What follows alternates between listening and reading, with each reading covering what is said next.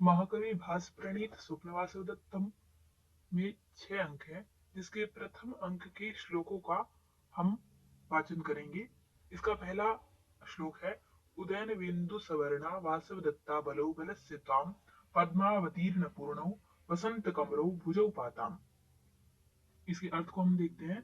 तो उदयन वेन्दु सवर्णा वासवदत्ता बलौ बलस्य त्वां पद्मावतीर्न पूर्णौ वसंत कमरौ भुजौ पाताम। इस श्लोक में हम देखते हैं कि यहाँ पर एक तो नमस्कारात्मक यह मंगलाचरण है, और दूसरी तरफ ये वस्तु निर्देशात्मक है। जैसे कि हम इसमें देख रहे हैं, उदयन, वासुदत्ता, पद्मावती पद्मावती, ये 3 पात्रों के नाम यहाँ पर बताए गए हैं। और इसी श्लोक में बलराम की भुजाओं से रक्षा करने की प्रार्थना की गई है, जिसका अर्थ इस प्रकार है। उदयन मतलब उदय होते हुए, जो अभी उदय हो रहे हैं, ऐसे नव इंदु, नए जो चंद्रमा है, नवीन अभी चंद्रमा जो अभी उदय हो रहा है, सवर्ण, समान वर्ण वाले, उदय नव इंदु सवर्ण अर्थात नए चंद्रमा के समान, जिनका समान वर्ण है। आसवदत्ता बलौ अर्थात आसव दत्तौ, इसका अर्थ क्या है? आसवेन, आसव पानेन अर्थात जो मदिरा के पान से जो अबलौ, बल रहित, निर्बल हो गए हैं, बलस्य ऐसे बलराम को, त्वाम तुम्हारे, पद्मावतीर्न पूर्ण, पद्मावती कहते हैं कमल को, तो पद्मावती अर्थात कमल के सदृश, कोमल, वसंत कमरौ, वसंत, वसंत ऋतु के समान, जो कमरौ अर्थात मनोहर है, ऐसी भुजौ, भुजाएं, जो बलराम की भुजाएं हैं, पाताम अर्थात रक्षा करे। इसका सामान्य अर्थ हो जाएगा कि उदय काल के नए चंद्रमा के समान वर्ण वाली, अर्थात सवर्णों मतलब समान, उसी के जैसा नवीन चंद्रमा का वर्ण होता है, इसी तरह बलराम जी का वर्ण है।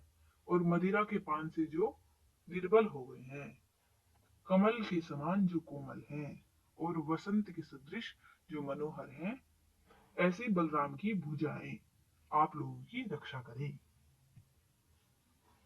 इसके बाद दूसरा श्लोक है, भृत्ये मगधराजस्य स्निग्धे कन्यानुगामिभिः दृष्टम उत्सार्यते सर्वस तपोवनगतो जनः।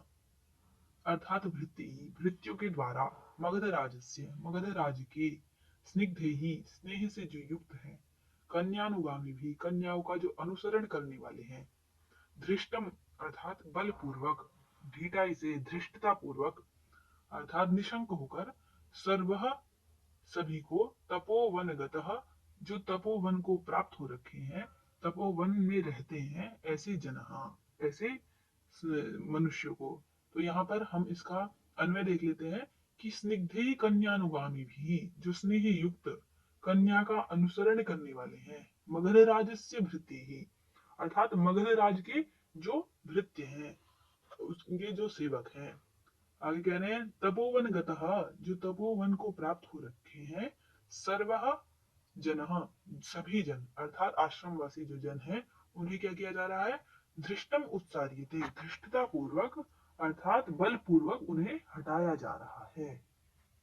अगला श्लोक है, धीरस्याश्रम संश्रितस्य वसतस्तुष्टस्य वन्यैः फलैः मानार्हस्य जनस्य वल्कलवतस्त्रासः समुत्पद्यते उत्सिक्तो विनयादपेत पुरुषो भाग्यैश्चलेष्ट विस्मितः कोयम भो निभृतं तपोवनमिदं ग्रामीकरोत्याज्यया।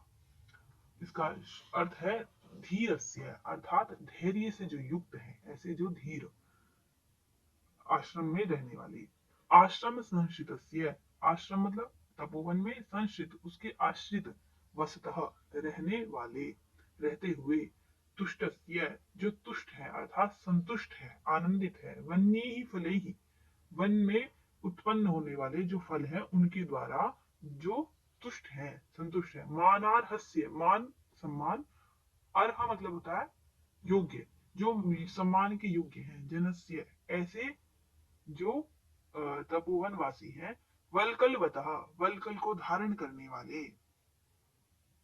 त्रासा समुत्पद्य, उनमें त्रास अर्थात भय का संचार उत्पन्न हो रहा है।